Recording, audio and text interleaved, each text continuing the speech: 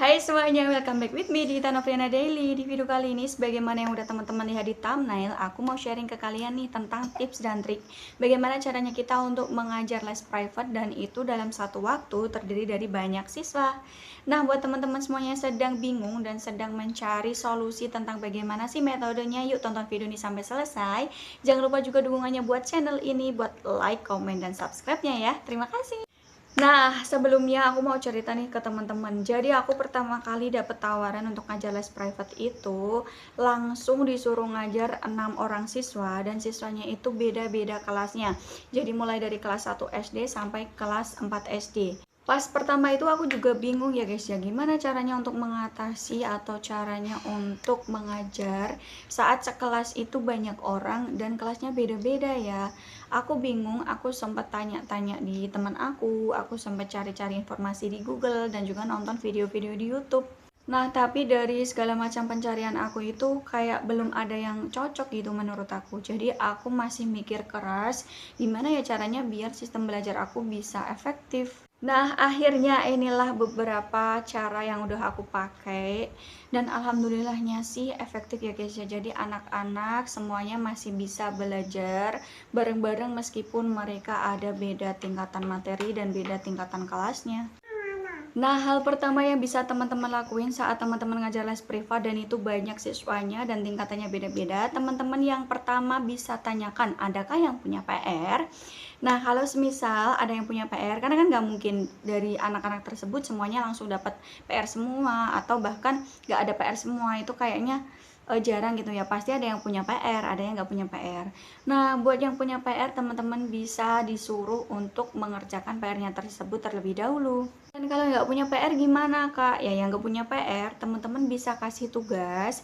Tugasnya bisa teman-teman cari di buku panduan anak tersebut, atau teman-teman juga bisa membuat kerangka tugas atau kerangka latihan soal dari rumah. Kalau menurut aku pribadi, sebaiknya teman-teman semuanya itu sudah membuat kerangka latihan soal dari rumah. Kenapa? Karena kalau teman-teman semuanya memberikan tugas di LKS atau di buku panduan anak-anak tersebut, nanti pasti lebih butuh banyak waktu untuk mengkoreksinya, karena kan itu pastinya nanti beda-beda soalnya, dan teman-teman nanti lebih lama dalam mengkoreksi hasil jawaban dari anak. Sedangkan kalau teman-teman sudah bikin kerangka soalnya dari rumah, kalian bisa bikin soal yang sekiranya sudah dipelajari oleh anak-anak tersebut. Kalau aku itu lebih seringnya memberikan soal yang sama ke semuanya yang gak ada PR itu, dan mata pelajaran yang biasa aku pakai itu adalah matematika, bahasa Indonesia ataupun bahasa Inggris, karena menurut aku 3 mata pelajaran tersebut itu lebih umum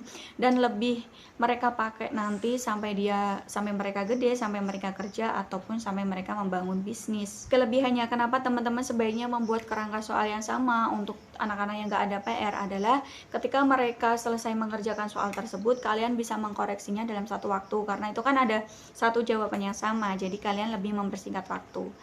Nah, intinya saat ada yang ngerjain PR, kalian juga memberikan soal latihan kepada anak-anak yang gak ada PR, jadi gak terbuang-buang waktunya gitu ya guys ya. Sembari si anak-anak yang gak ada PR ngerjain tugas dari teman-teman semuanya, kalian semua bisa membimbing si anak yang punya PR. Jadi yang punya PR kalian pandu bagaimana caranya mengerjakan. Gak ada waktu yang terbuang ya guys ya, jadi yang punya PR ngerjain PR, yang gak ada PR ngerjain tugas dari kalian semuanya.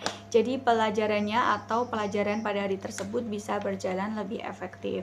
Nah, kalian bisa kasih range waktu yang bisa kalian berikan untuk anak tersebut. Misal nih, yang kalian suruh untuk ngerjain tugas, oke, nanti ini diselesaikan kurang dari 30 menit. Jika pertemuan saat itu adalah 1 jam, kalian bisa pakai 30 menit pertama untuk mengerjakan PR buat yang punya PR, dan 30 menit pertama untuk yang gak ada PR untuk mengerjakan tugas dari teman-teman semuanya.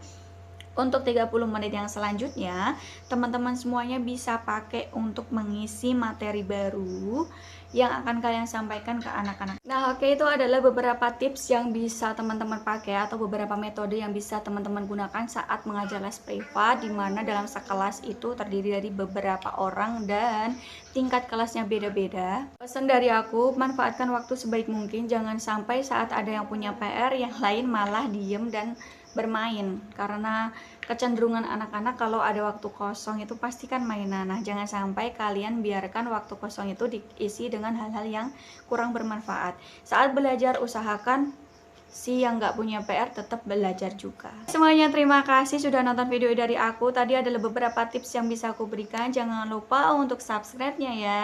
Dadah!